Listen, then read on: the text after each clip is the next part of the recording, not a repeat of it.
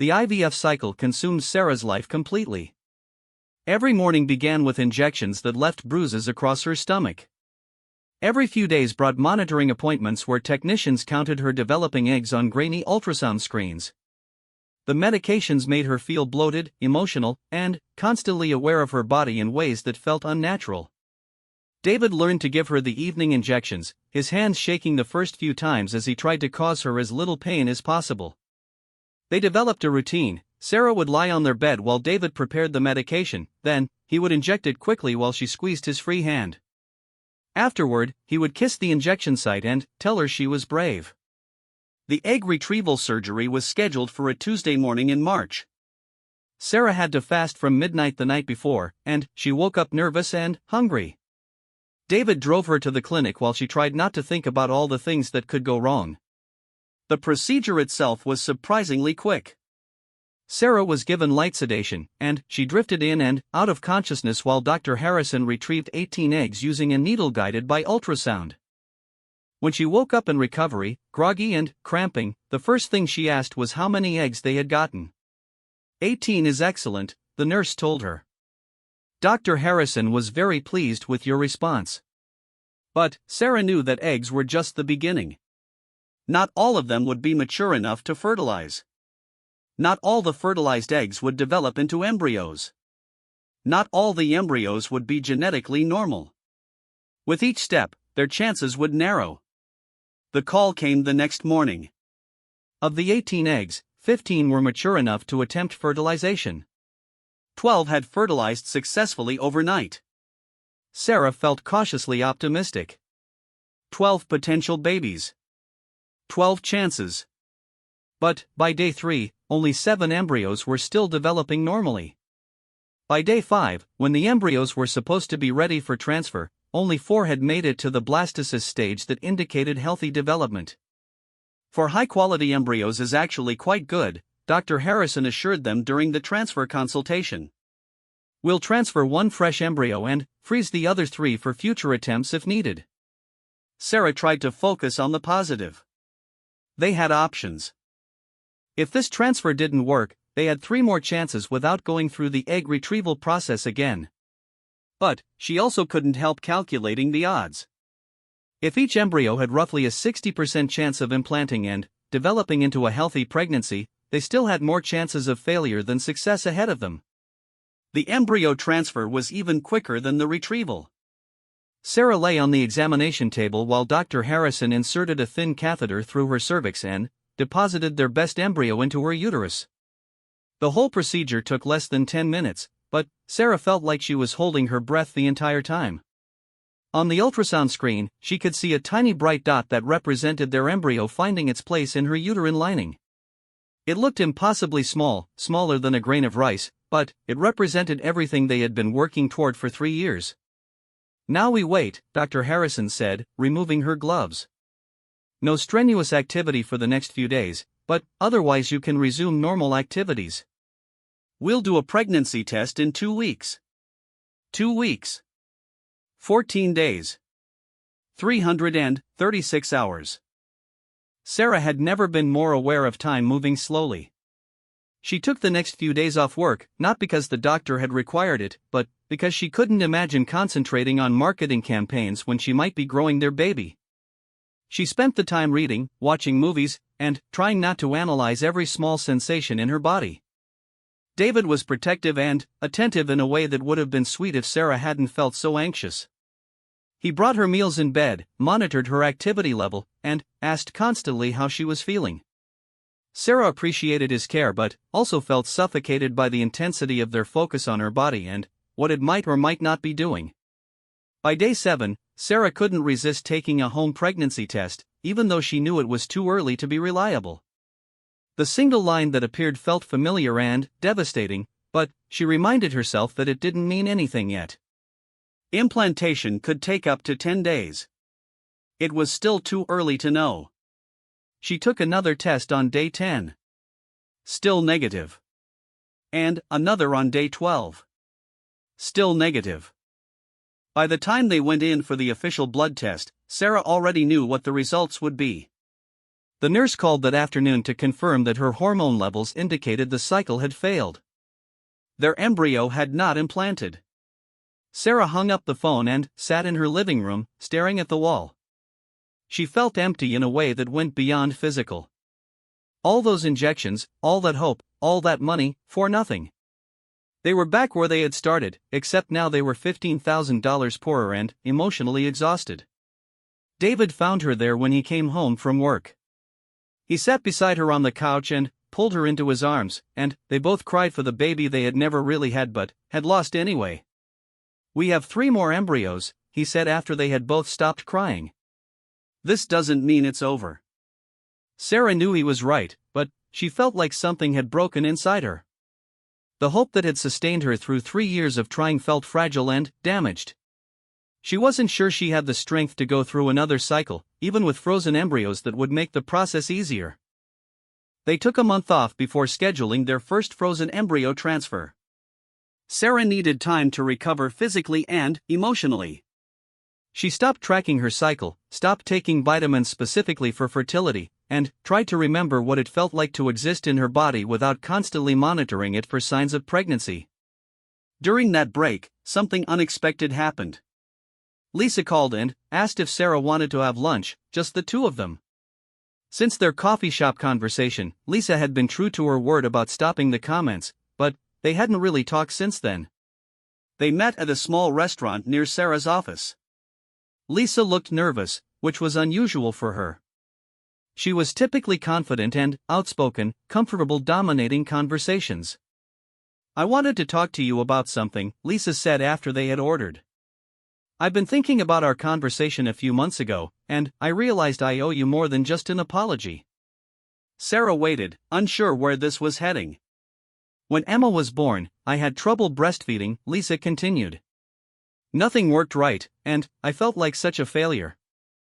I remember crying in the hospital because all the other new mothers seemed to know what they were doing, and I couldn't even feed my baby properly."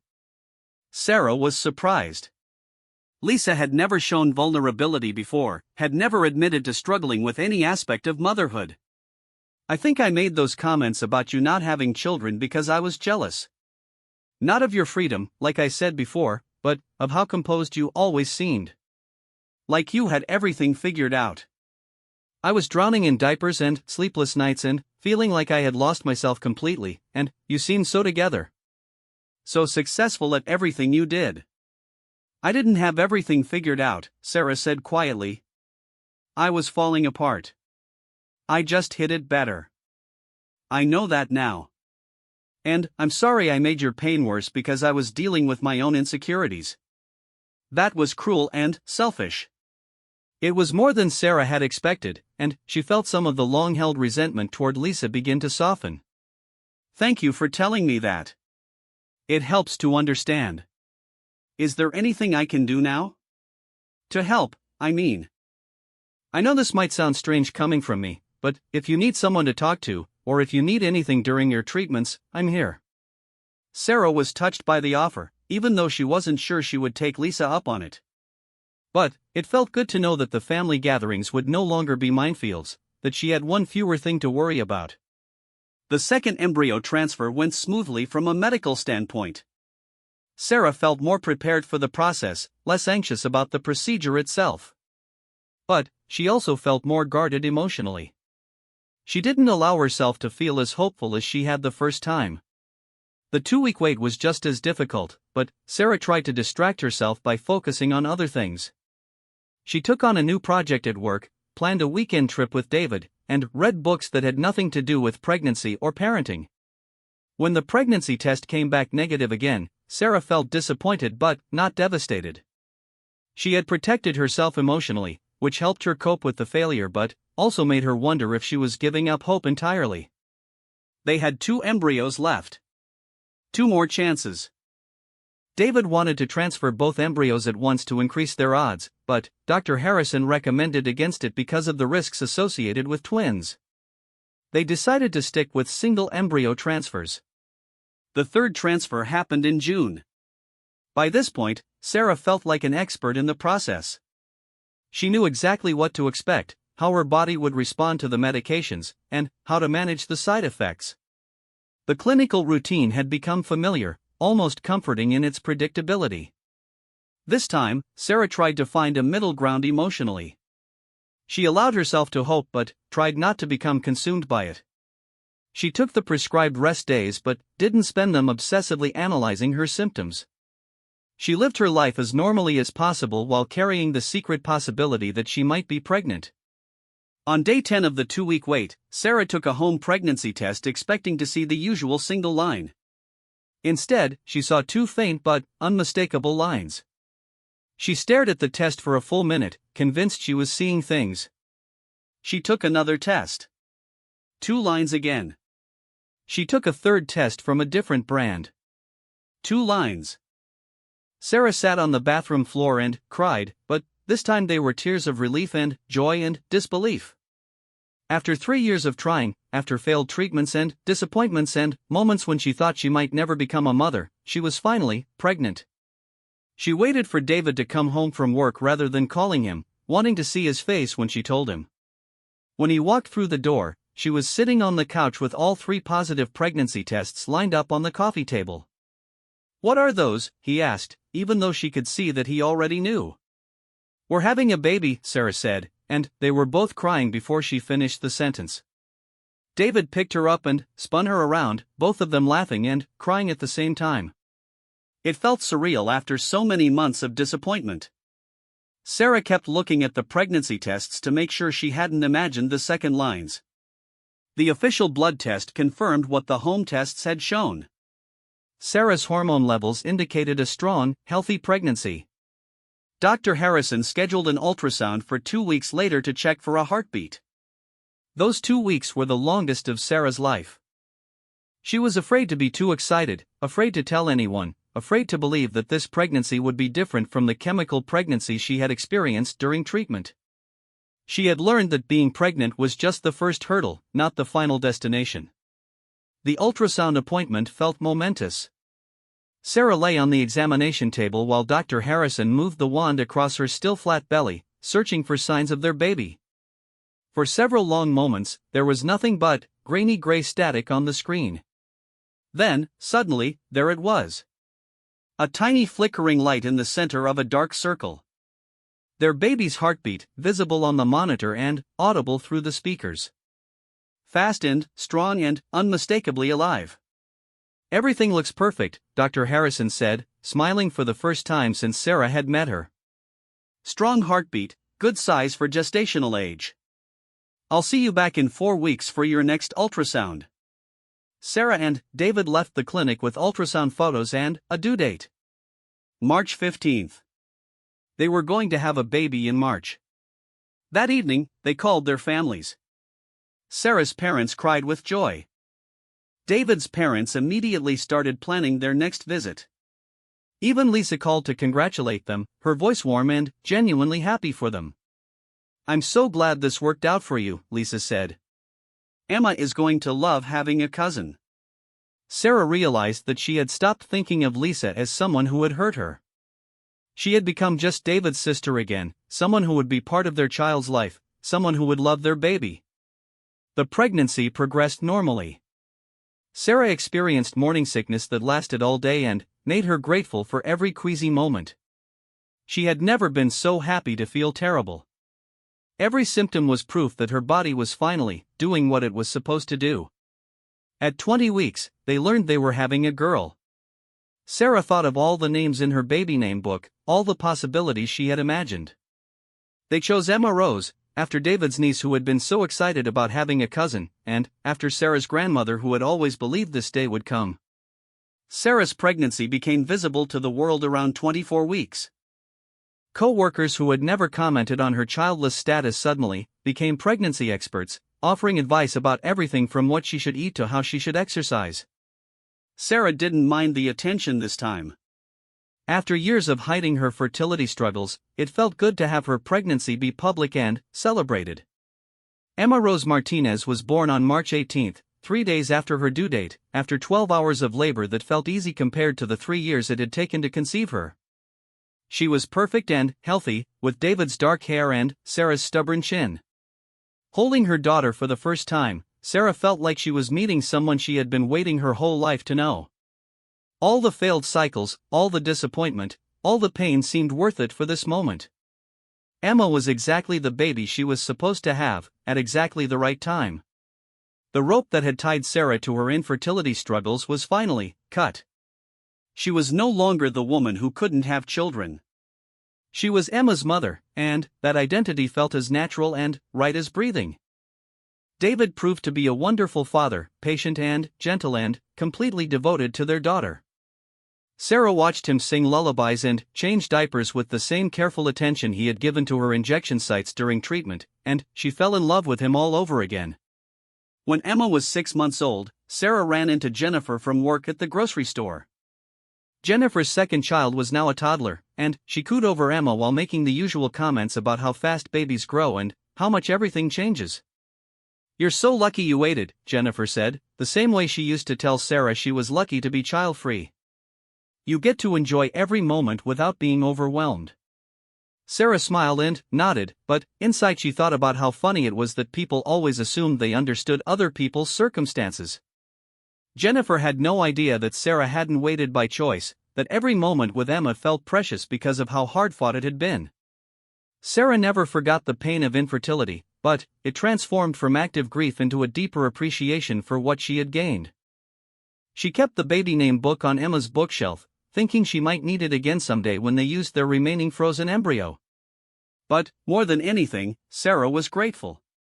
Grateful for Emma, for David, for the medical advances that had made their family possible, and even for the struggles that had taught her never to take any of it for granted. The woman who had been called infertile in front of everyone had become simply a mother, and that transformation had changed everything.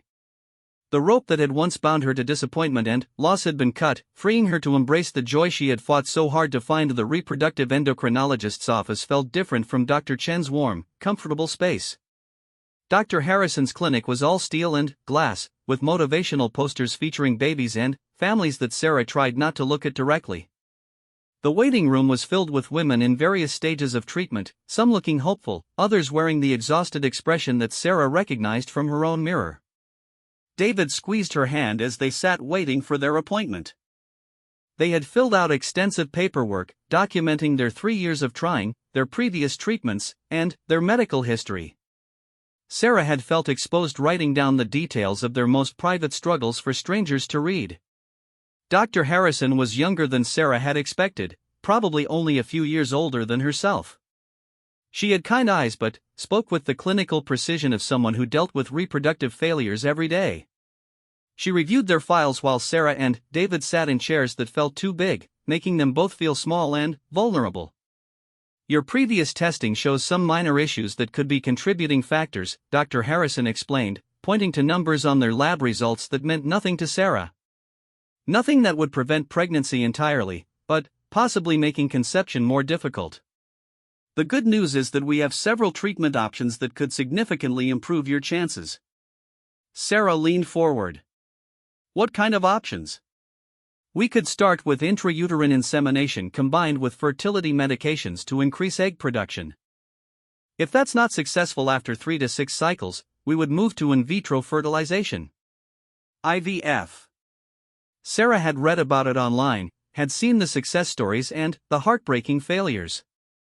She knew it was expensive, physically demanding, and emotionally exhausting. She also knew it was their best chance. "What are the success rates?" David asked. "For someone your age with your specific conditions, I'd estimate about a 40% chance of success with IUI, and about 60% with IVF per cycle.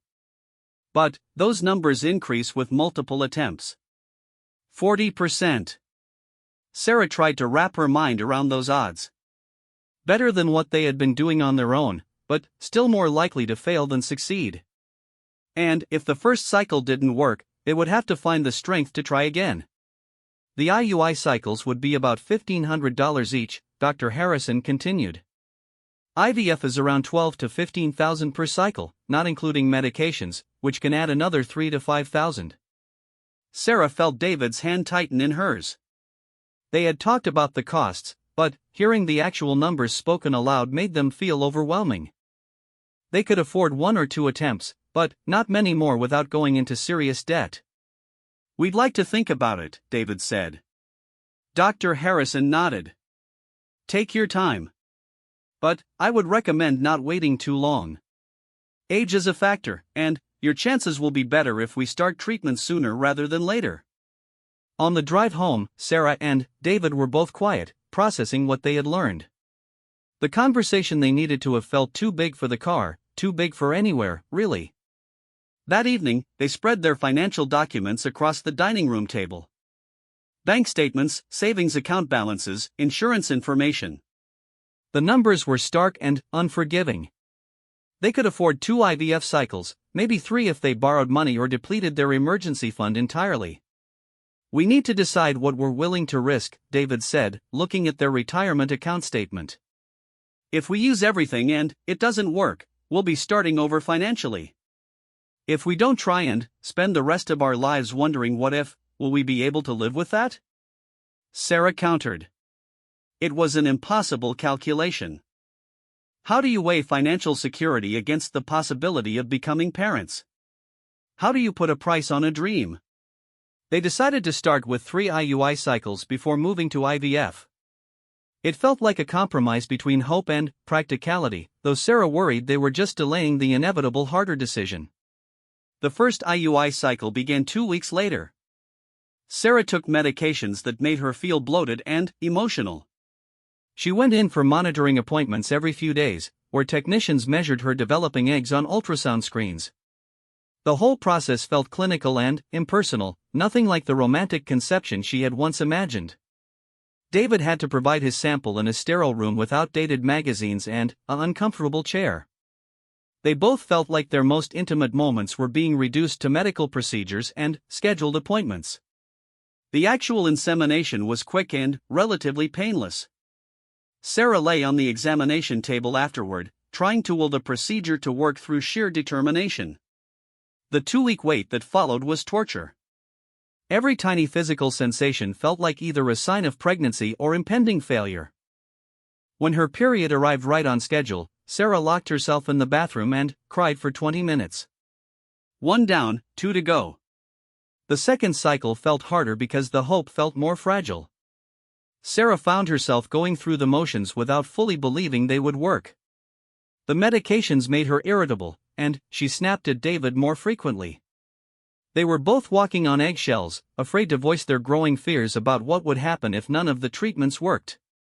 During this time, Lisa's comments continued. At a family barbecue, she made another observation about Sarah's appearance.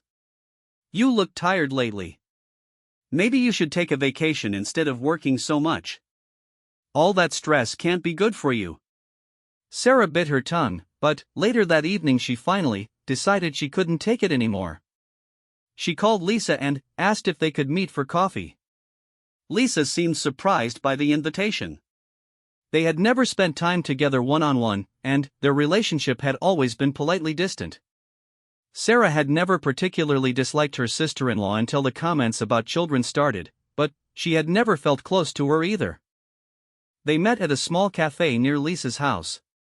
Sarah had rehearsed what she wanted to say, but sitting across from Lisa, she felt nervous and uncertain. Lisa looked genuinely friendly, which made what Sarah had to say feel more difficult. I wanted to talk to you about something, Sarah began, stirring her coffee unnecessarily. The comments you make about David and me not having children. I need you to understand that it's not a choice we're making. Lisa's expression changed, becoming more guarded. I don't know what you mean. We've been trying to have a baby for 3 years. We're going through fertility treatments. When you make comments about me being too career-focused or not being maternal, it's really hurtful. Sarah watched Lisa's face cycle through several emotions: surprise, embarrassment, and what might have been guilt. I didn't know, Lisa said quietly. I thought. I mean, you never said anything. Because it's private. But I'm telling you now because I need the comments to stop. Every family gathering has become stressful for me because I never know when you're going to make an observation about our childlessness. Lisa was quiet for a long moment, staring into her coffee cup. I'm sorry, she said finally. I really didn't know you were trying. I guess I just assumed. That we were selfish? That I was too focused on my career? That we didn't want the responsibility? I don't know what I was thinking. Maybe I was a little jealous that you seemed to have more freedom, more options. My whole life revolves around Emma and Mark and school schedules and soccer practice. Sometimes I see you and David going out to dinner or taking weekend trips, and I guess I made assumptions about why you could do those things. It was the closest thing to an apology Sarah had expected to get, and she felt some of the tension leave her shoulders. We go out to dinner because we're trying to stay connected to each other through a really difficult time. We take trips because we're hoping a change of scenery might help with the stress of treatment. Not because we're living some carefree lifestyle. I really am sorry, Lisa said again. I had no idea you were going through this. Is there anything I can do to help? Just stop commenting on it. Don't ask when we're going to have children. Don't make observations about my choices or lifestyle. If we ever have news to share, we'll share it. Lisa nodded. I promise. And, I'm sorry for making things harder for you. Sarah left the coffee shop feeling lighter than she had in months. One source of stress had been addressed, even if the bigger challenge of infertility remained. The second IUI cycle failed as well. Sarah had expected it, but the disappointment was no less sharp.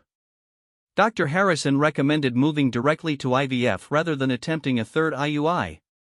Your response to the medications suggests that we might have better success with the more controlled environment of IVF, she explained. I think it's our best option at this point. Sarah and David scheduled their IVF consultation for the following month.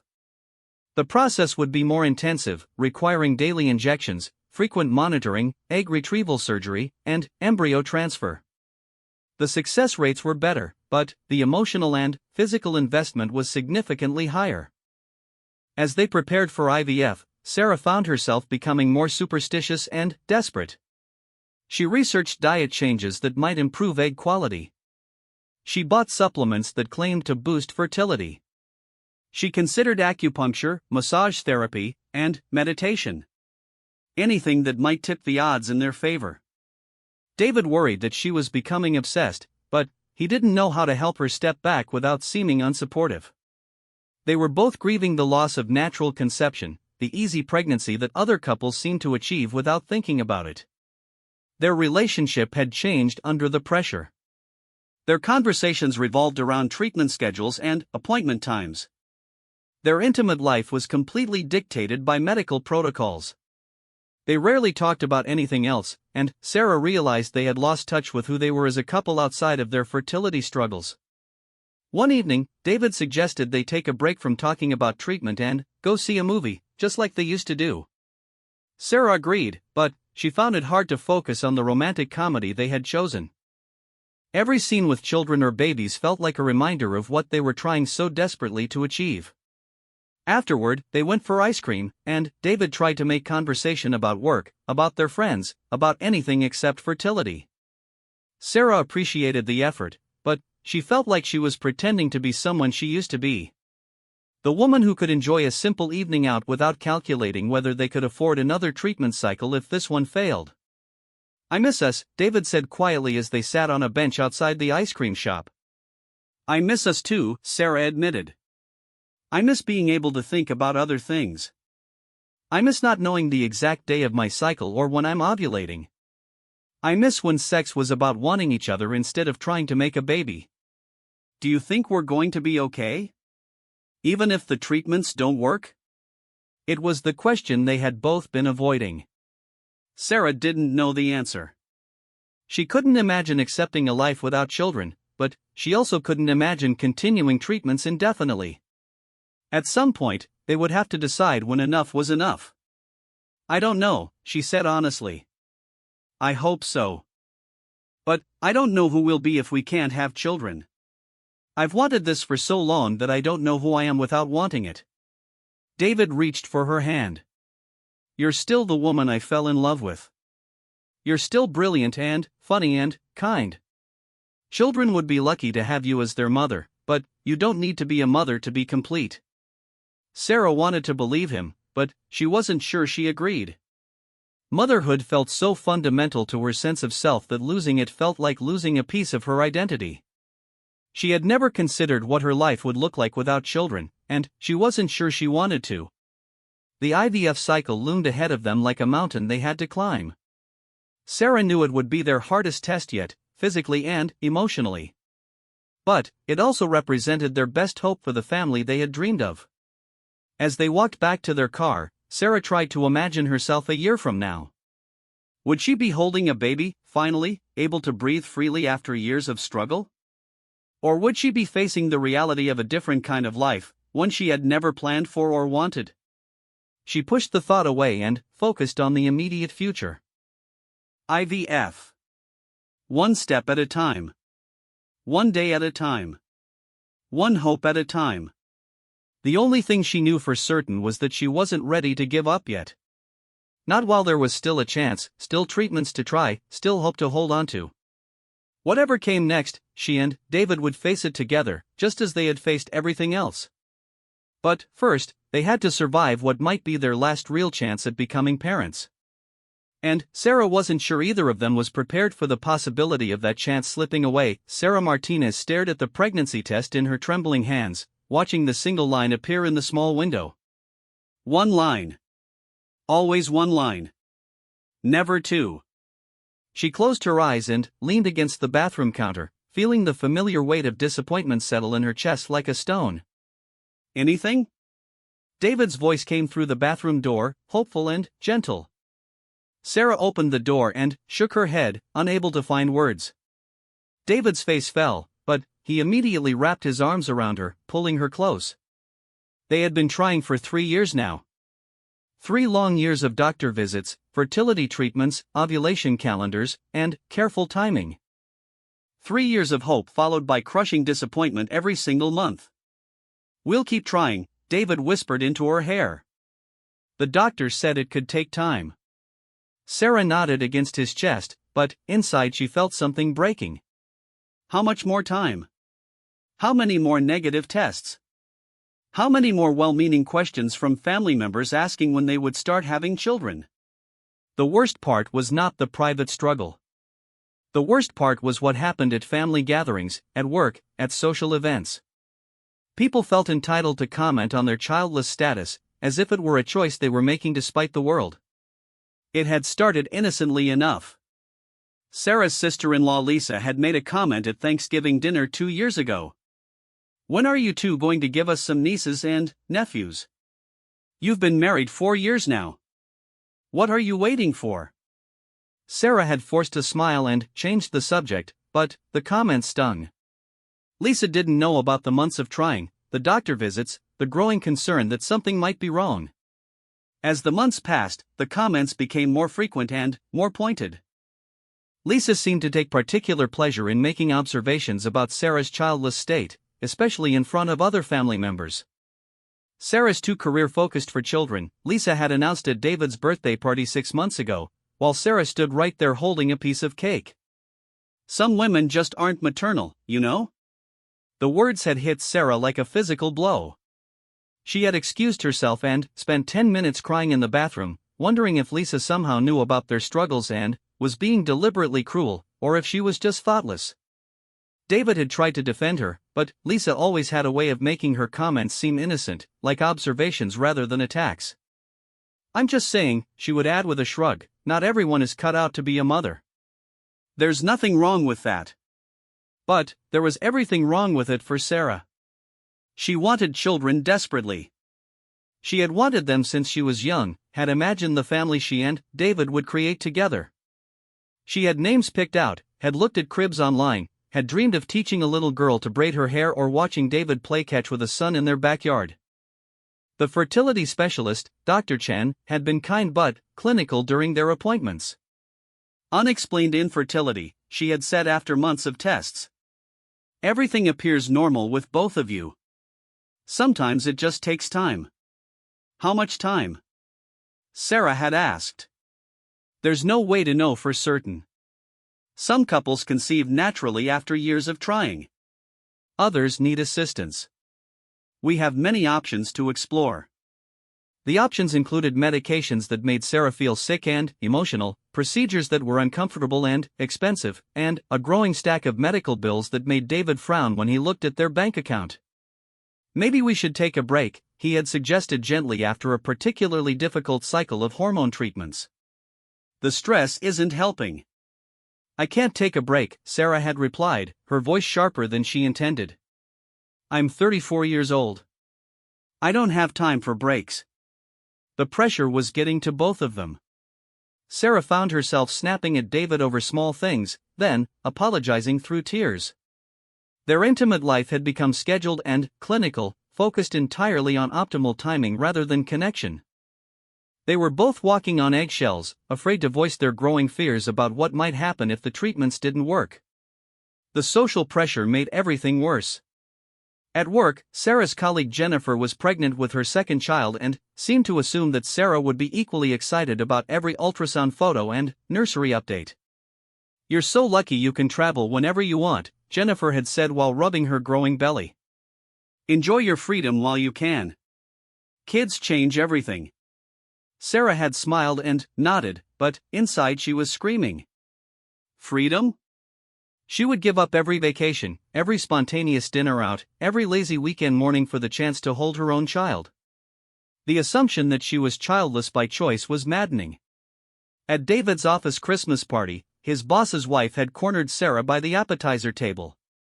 You know, she had said, leaning in conspiratorially, my daughter was having trouble getting pregnant, and I told her she was probably trying too hard. Sometimes you just need to relax and let it happen naturally. Have you tried going on a romantic vacation? Sarah had excused herself again, wondering why people thought their reproductive advice was welcome or helpful. As if she hadn't considered relaxation. As if the solution to infertility was simply a change of scenery. The comments from Lisa continued to escalate. At David's cousin's wedding, she had made another public observation. Look at how good Sarah is with other people's kids, she had said loudly while Sarah was talking to the flower girl. It's probably better that she doesn't have her own. She can be the fun aunt who gives them back when they get fussy. David had finally confronted his sister that night. You need to stop making comments about Sarah and children, he had said firmly. I'm not making comments, Lisa had protested. I'm just being realistic. Not everyone needs to reproduce. The world is overpopulated anyway. That's not your decision to make or comment on, David had said. I'm just trying to help her see that there are other ways to live. She seems so stressed all the time. Sarah was stressed all the time, but not because she was coming to terms with being childless. She was stressed because every month brought another disappointment, another reminder that her body wasn't doing what felt like the most basic biological function. The worst incident had happened at Lisa's own daughter's birthday party 3 months ago. Sarah had brought a beautiful gift for her 5-year-old niece Emma, a dollhouse she had spent weeks researching and shopping for.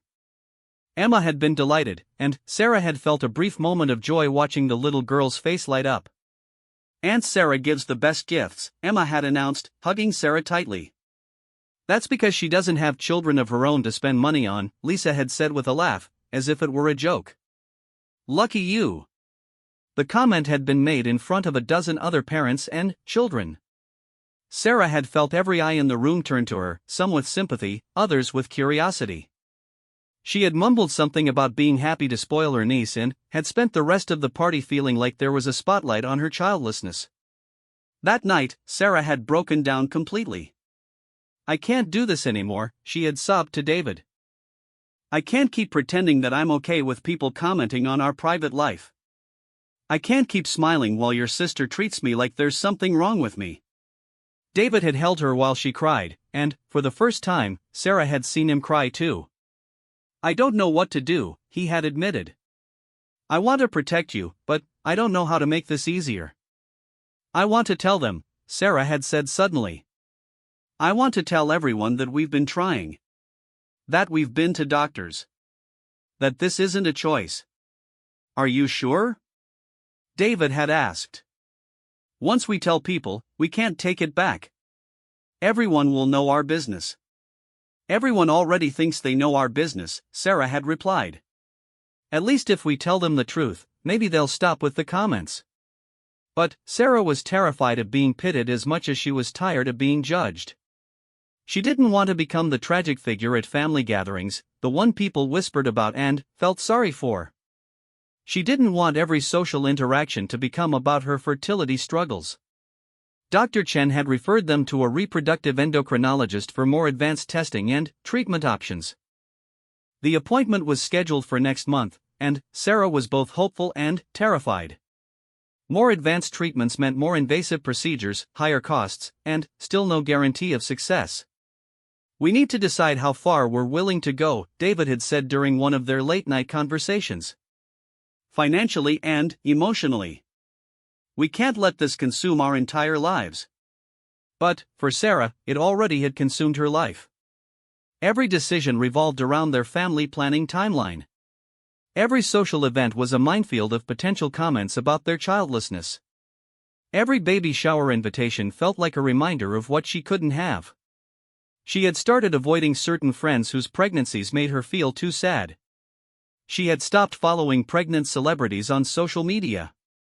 She had asked David to handle the RSVP when his cousin announced her baby shower, because Sarah couldn't bear to write "can't wait to celebrate" when what she really felt was grief. The isolation was almost as painful as the infertility itself. Sarah felt like she was living in a parallel universe where everyone else got the thing she wanted most, while she watched from behind glass, unable to touch or be part of their world. Lisa's comments had become a symbol of everything wrong with how people treated infertility. The assumption that childless women were selfish or incomplete. The casual cruelty of public observations about private pain. The way people felt entitled to have opinions about other people's reproductive choices. Sarah had researched support groups for women dealing with infertility, but she hadn't worked up the courage to attend one. Part of her worried that sitting in a room with other struggling women would make her feel worse, not better. Part of her still hoped that their situation would resolve itself naturally, and she wouldn't need the support. The financial strain was becoming significant. Their insurance covered some of the testing but none of the more advanced treatments. David had taken on extra freelance work, and Sarah had been considering asking for a raise at her marketing job, though she worried that asking for more money while taking time off for medical appointments might send the wrong message to her boss. "Maybe we should consider other options," David had suggested hesitantly one evening. "Adoption, or what?" Sarah had asked, though she knew what he meant. "Or accepting that our family might look different than we planned." The idea of giving up trying felt like giving up on herself. Sarah couldn't imagine how she would live with always wondering what might have happened if they had tried one more treatment, waited one more month, seen one more specialist. But she also couldn't imagine continuing to live with the monthly cycles of hope and disappointment, the social pressure, the financial stress, and the growing distance she felt from David as they both struggled with their grief in different ways. The upcoming appointment with the reproductive endocrinologist felt like a turning point. Whatever Dr. Harrison recommended would determine their next steps, and Sarah knew that some of those steps might be more than they could handle emotionally or financially. As she sat in their living room that evening, looking at the baby name book she had hidden behind other books on their bookshelf, Sarah wondered if they would ever get to use it. She wondered if the names she had loved for years would ever belong to a real child, or if they would always just be possibilities that lived in her imagination. David found her there when he came home from work, the book open in her lap to a page of girl names beginning with E. Emma. Elizabeth. Elena. Names she had whispered to herself during quiet moments, trying them out with their last name, imagining calling them across a playground someday. He sat beside her without saying anything, and they looked at the names together in silence. It was one of those moments where they both understood perfectly what the other was thinking without needing to speak. They were both grieving the same loss, even though they had never had anything to lose except hope. "Whatever happens next month," David said finally, "we'll face it together." Sarah nodded, closing the book but keeping it in her lap. She wasn't ready to put it away completely, not yet. But she wasn't ready to give up either. Somewhere between hope and surrender, between trying and accepting, they would find their path forward. The phone rang, interrupting their quiet moment. Sarah glanced at the caller ID and saw Lisa's name.